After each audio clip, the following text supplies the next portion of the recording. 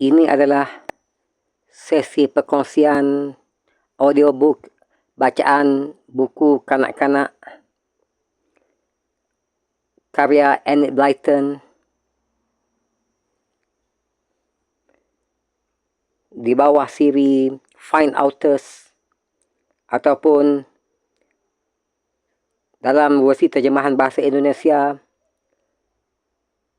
Pasukan Mahu Tahu, juga dalam versi terjemahan ke bahasa Malaysia siri 5 penyiasat.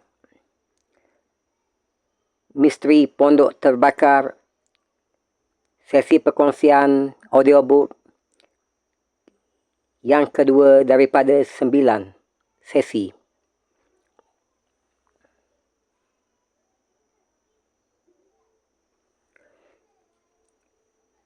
Buku bacaan kanak-kanak Enid Blyton, siri Pasukan Mahu Tahu, Misteri Pondok Terbakar, sesi perkongsian audiobook yang kedua daripada 9 sesi.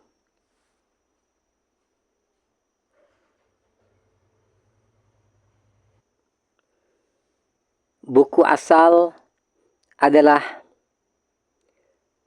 The Find Authors, The Mystery of the Burns Cottage by Enid Blyton, first published in Great Britain December 9th, 1943 by Mithun and Company Limited, all rights reserved.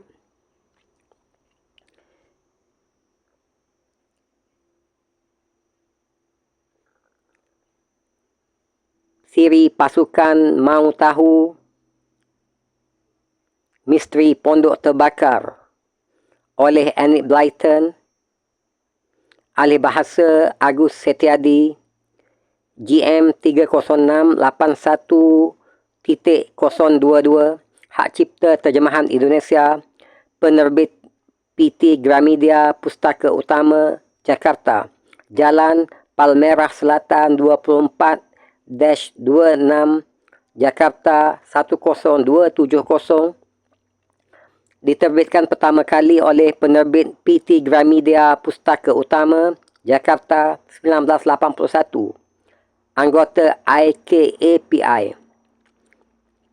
Cetakan pertama Mei 1981, cetakan kedua Oktober 1981, cetakan ketiga Mei 1982, cetakan keempat Januari 1983, cetakan kelima Februari 1991. Dicetak oleh percetakan PT Gramedia Jakarta. Untuk makluman, versi terjemahan ke bahasa Melayu diberi judul 5 Penyiasat Misteri Pondok Terbakar.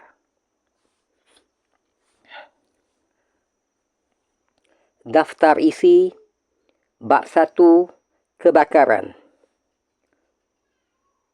Bab 2, Pasukan Mahu Tahu dibentuk. Bab 3, Rapat pertama ataupun mesyuarat pertama.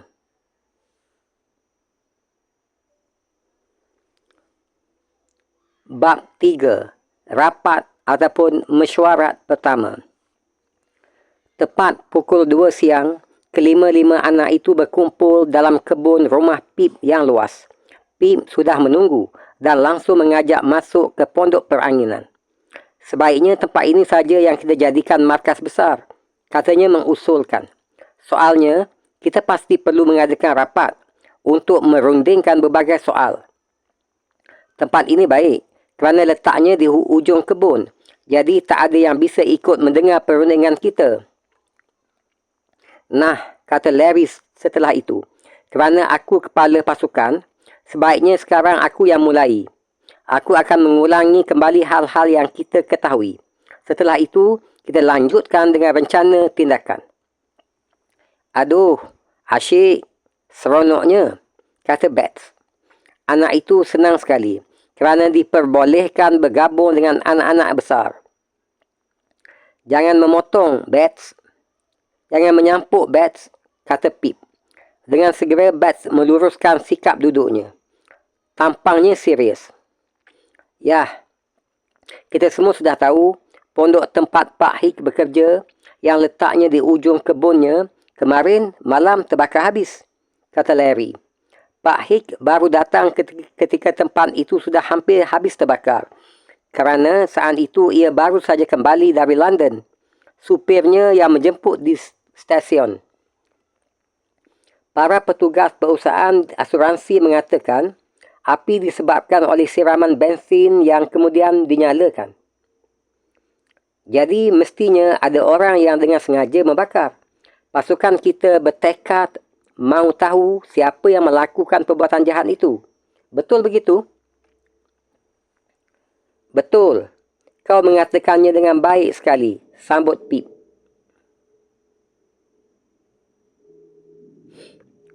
Fatty membuka mulut. Ia berbicara dengan suara tinggi yang dibuat-buat. Kusarankan agar yang pertama-tama kita lakukan, katanya.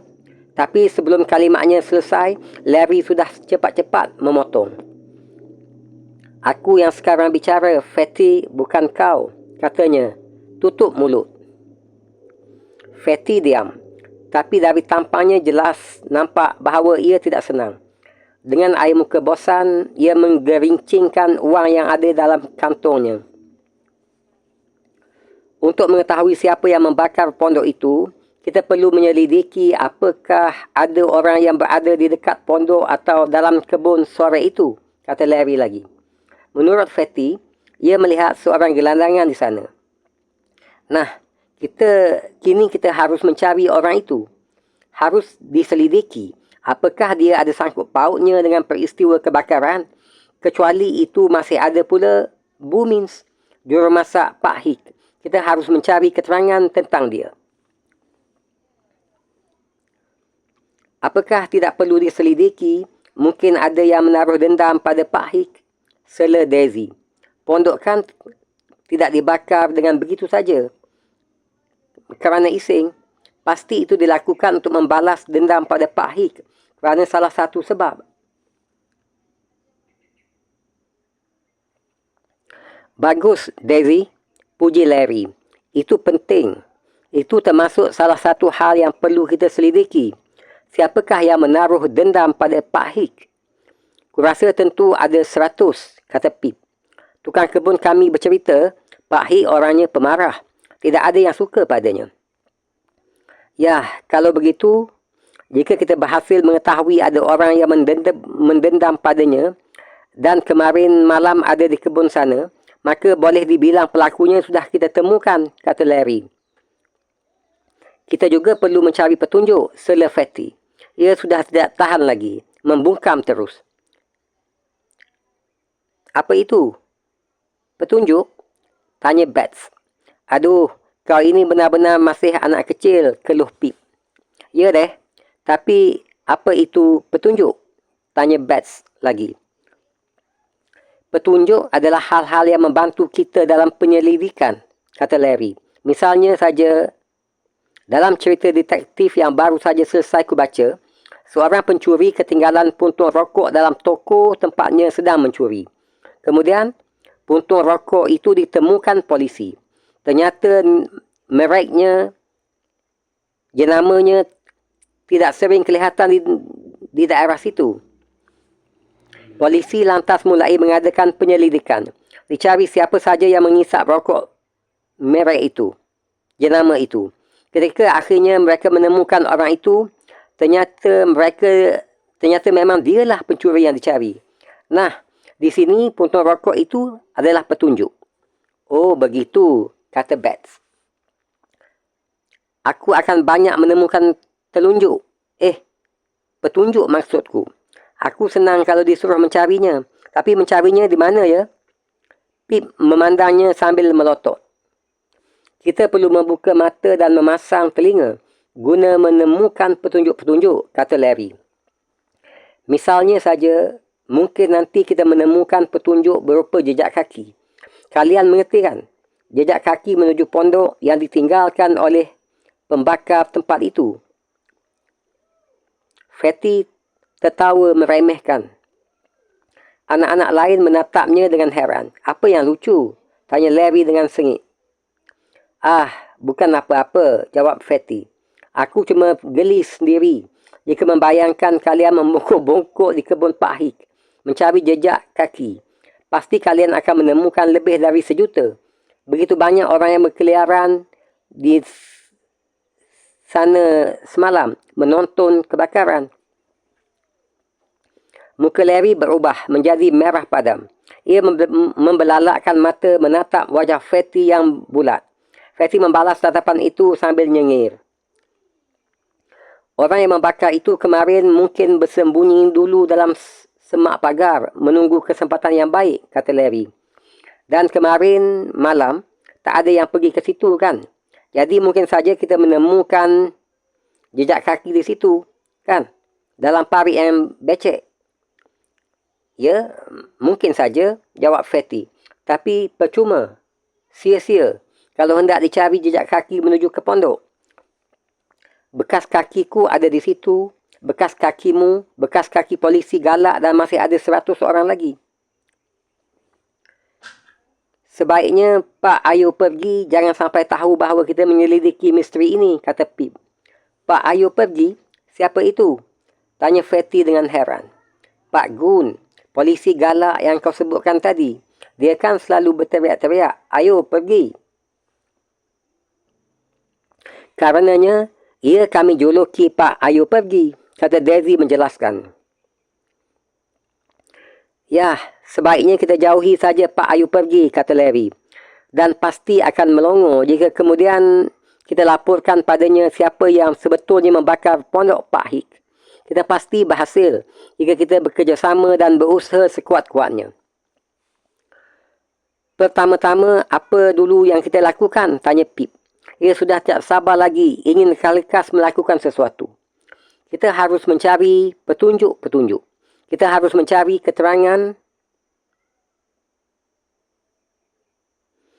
lebih lanjut tentang gelandangan yang dilihat oleh Fatty, kata Larry. Dan kita juga harus menyelidiki siapa yang menaruh dendam terhadap Pak Hik. Kita harus menyelidiki adakah orang yang mungkin bisa menyelinap ke dalam pondok hari itu, lalu kemudian membakarnya. Ada baiknya jika kita bicara dengan Bu Mins, jurumasak di situ, kata Daisy. Dia tentu tahu jika hari itu ada orang lain berkeliaran di sana. Dan bukankah kecuali supir, Pak Hik masih punya pembantu seorang lagi? Ya, pesuruhnya, orang gajinya, kata Larry. Tapi aku tidak tahu siapa namanya. Kita juga perlu mencari keterangan mengenai orang itu. Wah, banyak sekali yang harus kita lakukan. Mula-mula kita cari sahaja petunjuk dulu, kata Bats. Menurut sangkaannya, mereka pasti akan menemukan berbagai benda berserakan di sekitar pondok yang terbakar. Dan berkat benda-benda itu, dengan segera mereka akan mengetahui siapa orangnya yang membakar pondok Pak Hik. Setuju, kata Larry. Ia juga sudah kepingin mencari-cari petunjuk yang mungkin ada. Sekarang dengar dulu. Jika kita dilihat orang berkeliaran dalam kebun Pak Hik, mungkin kita akan diusir dari situ. Karenanya, aku akan menjatuhkan sekeping mata uang di salah satu tempat di situ. Jadi jika ada yang bertanya, akan kukatakan uangku, shilingku jatuh di situ. Pasti akan disangka kita mencari uang itu. Dan kita tidak bohong. Kerana memang akan ada uangku yang jatuh. Baiklah, kata Pip sambil bangkit. Yuk, kita sekarang saja ke sana. Setelah itu kita menanyai Bu Mins. Tanggung dia senang diajak mengobrol. Banyak yang mungkin bisa kita ketahui dari dia. Saat itu, Buster meloncat turun dari pangkuan Larry, lalu mendongak memandang anak-anak dengan ekor mengibas kian kemari. Kurasa dia mengerti pembicaraan kita, kata Bats. Dan kini ia sudah tidak sabar lagi, ingin cepat-cepat menemukan petunjuk. Aduh, kau ini, dengan petunjukmu, kata Larry sambil tertawa. Yuk, pasukan mahu tahu, kita mulai beraksi.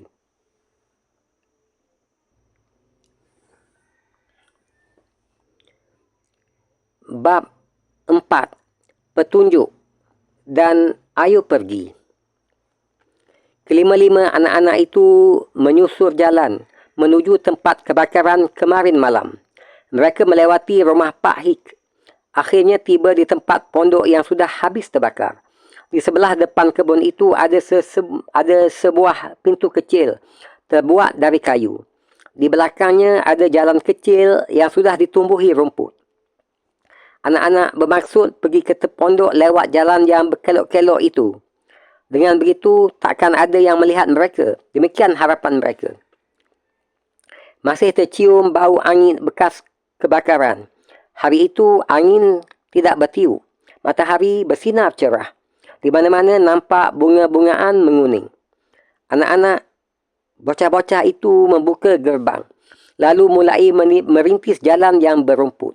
Di depan nampak puing reruntuhan pondok menghitam tinggal arang.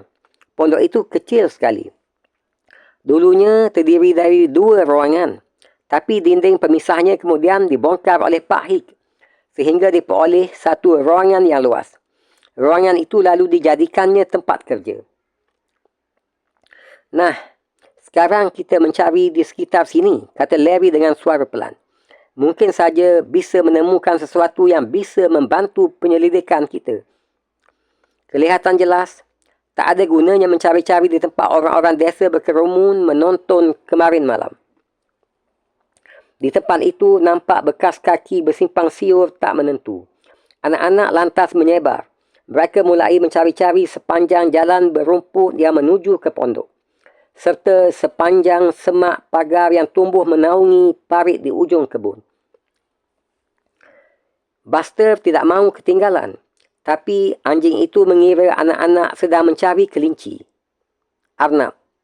Kerana itu, setiap kali menemukan liang kelinci, ia menyurukkan hidungnya ke situ, lalu mengais-ngais dengan bersemangat. Menurut perasaannya, sayang kelinci kalau membuat liang terlalu kecil untuk anjing. Coba kalau liang itu cukup lebar, kan enak baginya mengejar seekor kelinci. Lihatlah, Buster mencari petunjuk, kata Pip sambil tertawa geli. Anak-anak mencari jejak kaki. Di jalan yang menuju ke pondok, tidak ada sama sekali. Permukaan jalan itu dilapisi dengan kerikil. Dan tentu saja di atas kerikil takkan nampak jejak kaki. Mereka juga mencari di tengah hamparan kembang yang mekar di tepi jalan itu. Tapi di situ pun tidak ditemukan apa-apa. Pip pergi ke parit yang dinaungi semak mawar liar yang dijadikan pagar di situ. Dan ternyata ia menemukan sesuatu. Dengan suara pelan tapi bersemangat, dipanggilnya kawan-kawan. Hei, kemari. Ada sesuatu di sini. Dengan segera anak-anak datang mengerumuninya. Buster tidak mahu kelihatan. Buster tidak mahu ketinggalan. Anjing itu ikut-ikut melihat. Ujung hidungnya bergerak-gerak. Apa yang kau temukan? Tanya Larry.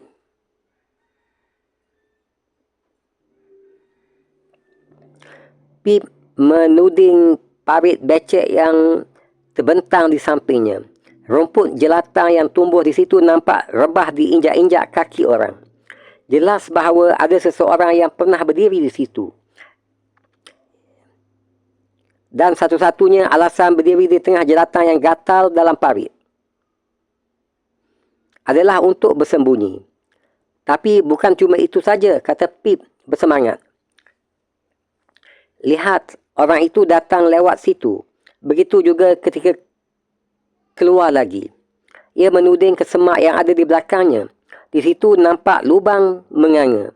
Dari ranting-ranting yang patah dan bengkok-bengkok, diketahui bahawa ada orang yang memaksa masuk lewat lubang itu. Wah, kata Daisy dengan mata terbuka lebar. Ini juga petunjuk, Larry? Ya, dan petunjuk penting, kata Larry senang. Kau melihat ada jejak kaki di situ, Pip? Pip menggeleng. Nampaknya orang yang bersembunyi di sini, jalannya selalu di atas jelantang, katanya. Lihatlah, bisa bisa dilihat ia lewat di mana? Menyusur parit. Nampak jelatang patah-patah diinjak olehnya ketika lewat. Dengan hati-hati, anak-anak mengikuti jejak yang ditunjukkan oleh jelatang yang rebah dan patah-patah.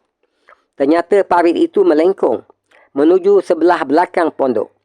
Tapi sayang, di tempat itu kemarin malam banyak sekali orang berkerumun menonton.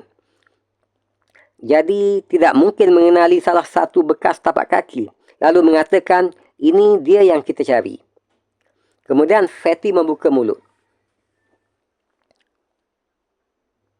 Walau kita tidak bisa menemukan bekas tapak kaki dalam kebun dan mengetahui bahawa itu jejak kaki orang yang bersembunyi di parit, tapi mungkin saja jejak itu ada di balik semak pagar, katanya. Bagaimana jika kita semua menyusup lewat lubang tadi, lalu memeriksa tempat di sebaliknya? Mungkin kita akan temukan sesuatu di situ. Bocah-bocah itu bergegas menyusup lewat lubang dalam pagar. Fatty menyusup paling belakang. Ketika ia sedang lewat, tiba-tiba perhatiannya tertarik pada sesuatu. Ia melihat secarik kain flannel berwarna abu-abu tersangkut pada duri semak.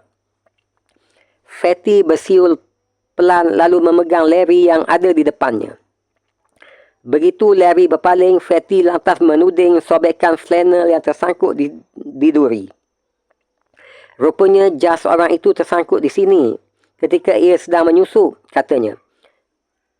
Kau lihat itu? Wah, penyelidikan ternyata berjalan lancar. Sekarang kita tahu orang itu memakai setelan flannel kelabu. Dengan hati-hati, Larry melepaskan sobekan kain itu dari duri tempatnya tersangkut. Sobekan kain itu dimasukkannya ke dalam sebuah kotak korek api.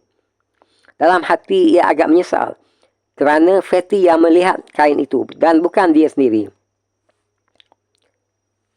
Bagus, Fatty, katanya walau demikian. Ya, mungkin ini petunjuk yang sangat penting. Fatty menemukan telunjuk. Maksudku penunjuk? Tanya Bats bersemangat. Anak-anak langsung berkerumun untuk melihat apa yang ditemukan Fatty. Larry membuka kotak korek api dan memamerkan sobekan kain flannel itu. Sekarang tinggal mencari seseorang yang memakai setelan flannel kelabu yang agak robek. Dan kita akan tahu siapa yang membakar pondok, kata Daisy senang. Kurasa kita lebih pintar daripada Pak Ayo Pergi, kata Pip. Ya, mataku memang tajam, kata Fatty. Ia bangga sekali terhadap dirinya sendiri. Bayangkan, kalian tak ada yang melihatnya, kecuali aku. Aku memang pintar. Diam, kata Larry. Itu kan cuma kebetulan saja.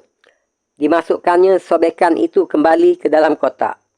Anak-anak semua agak tegang perasaannya saat itu. Aku senang menjadi anggota pasukan mau tahu, kata Bats dengan girang. Aku tak mengerti kenapa kau merasa senang, kata Pip dengan ketus. Kau kan belum menemukan apa-apa sampai sekarang. Aku yang menemukan tempat orang itu bersembunyi, sedang Fatty menemukan sobekan jasnya. Kau sendiri belum menemukan apa-apa. Kemudian Larry yang berhasil menemukan jejak kaki. Secara kebetulan saja ia menemukannya. Di balik pagar semak ternyata terdapat sebidang padang rumput. Di situ sama sekali tidak bisa dilihat jejak kaki. Tapi pada suatu bahagian ada beberapa petak rumput yang diambil oleh petani yang memiliki lapangan itu. Dan pada satu sisinya, di dekat pagar, nampak jelas jejak sepatu.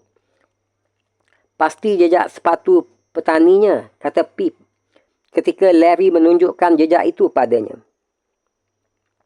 Bukan, yang ini jejak sepatu petani, bantah Larry.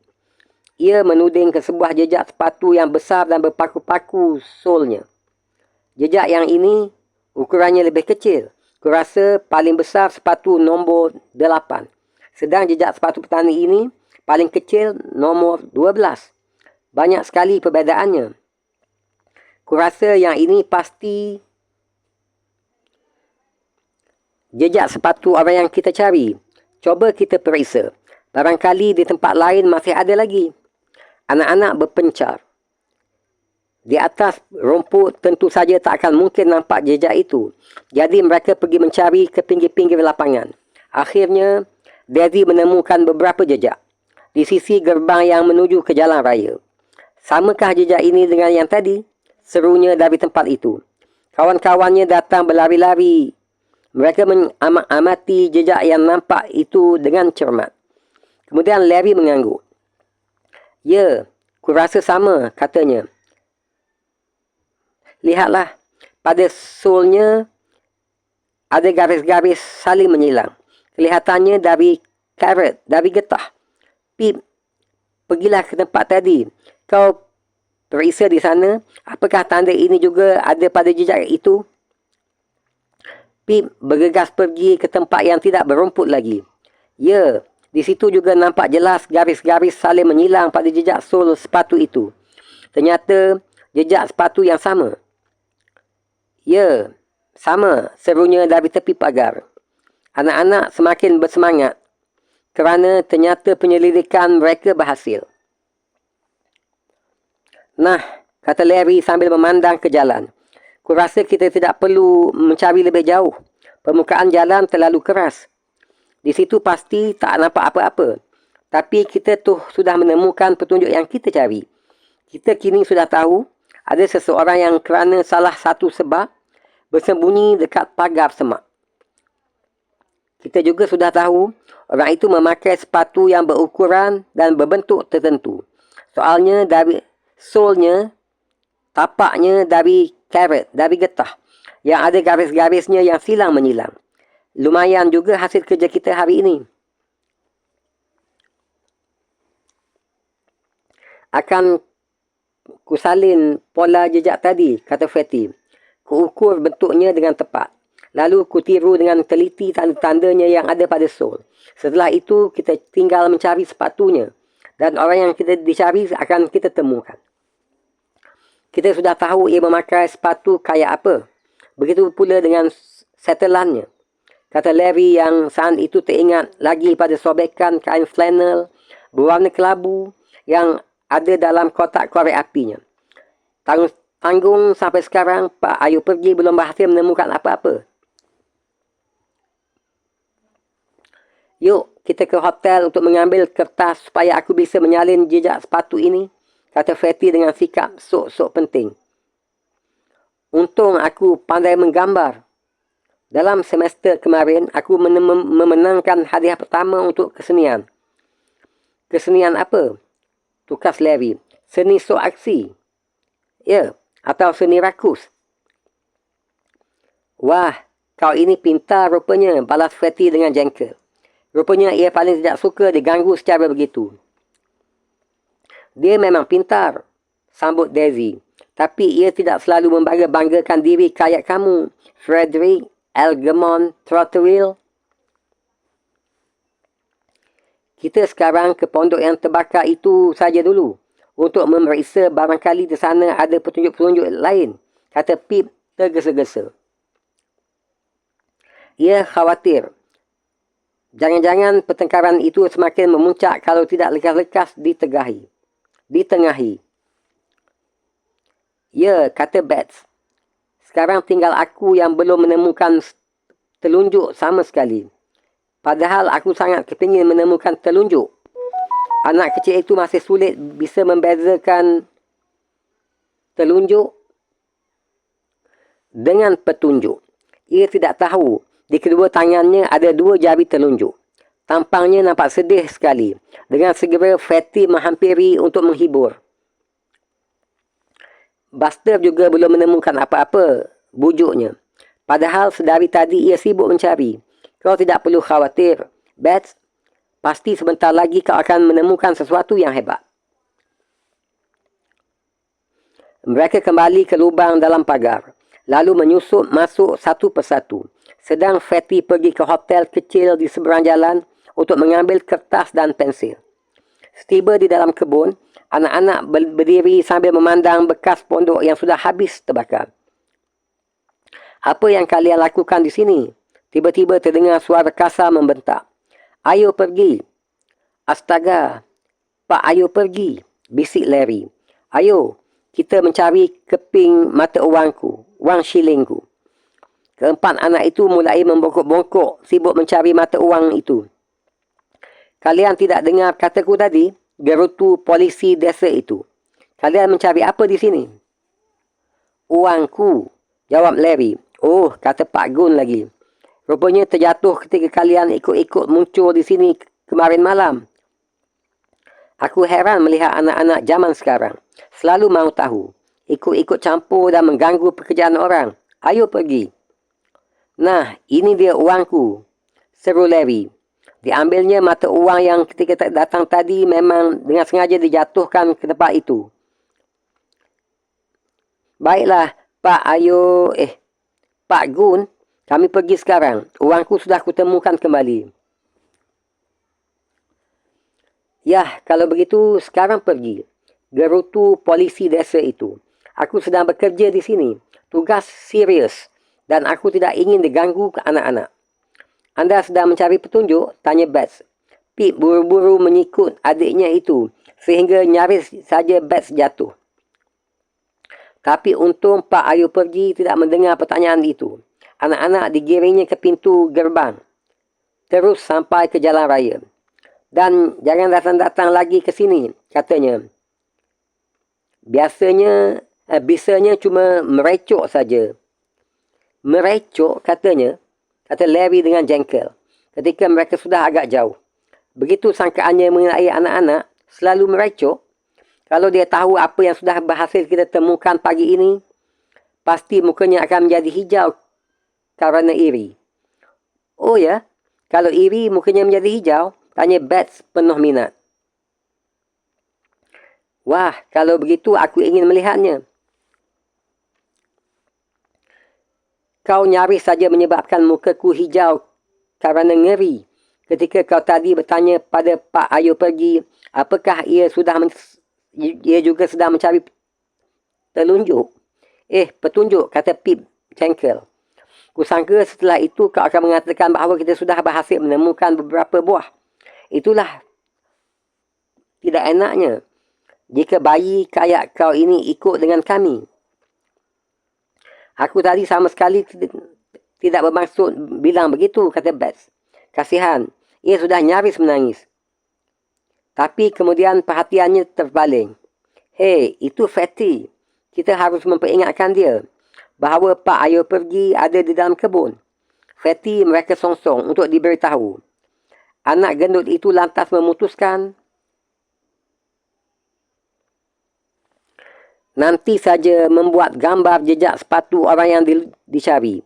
Ia tidak suka pada Pak Ayu pergi. Buster juga sama saja. Lagi pula, sekarang sudah waktu minum teh, kata Larry sambil melirik arlojinya, jamnya.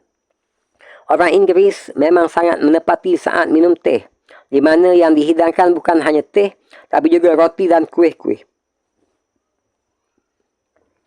Saat minum teh bisa dibilang waktu makan sore bagi mereka. Besok pagi kita berkumpul lagi di pondok peranginan di rumah Pip, kata Larry selanjutnya. Pukul 10 tepat. Hari ini sudah cukup banyak hasil pekerjaan kita. Nanti akan ku catat tanda-tanda petunjuk yang sudah terkumpul sampai sekarang. Wah, kelihatannya usaha kita akan asyik nantinya. InsyaAllah nantinya akan bersambung ke bab 5, Fatty dan Larry menyelidik.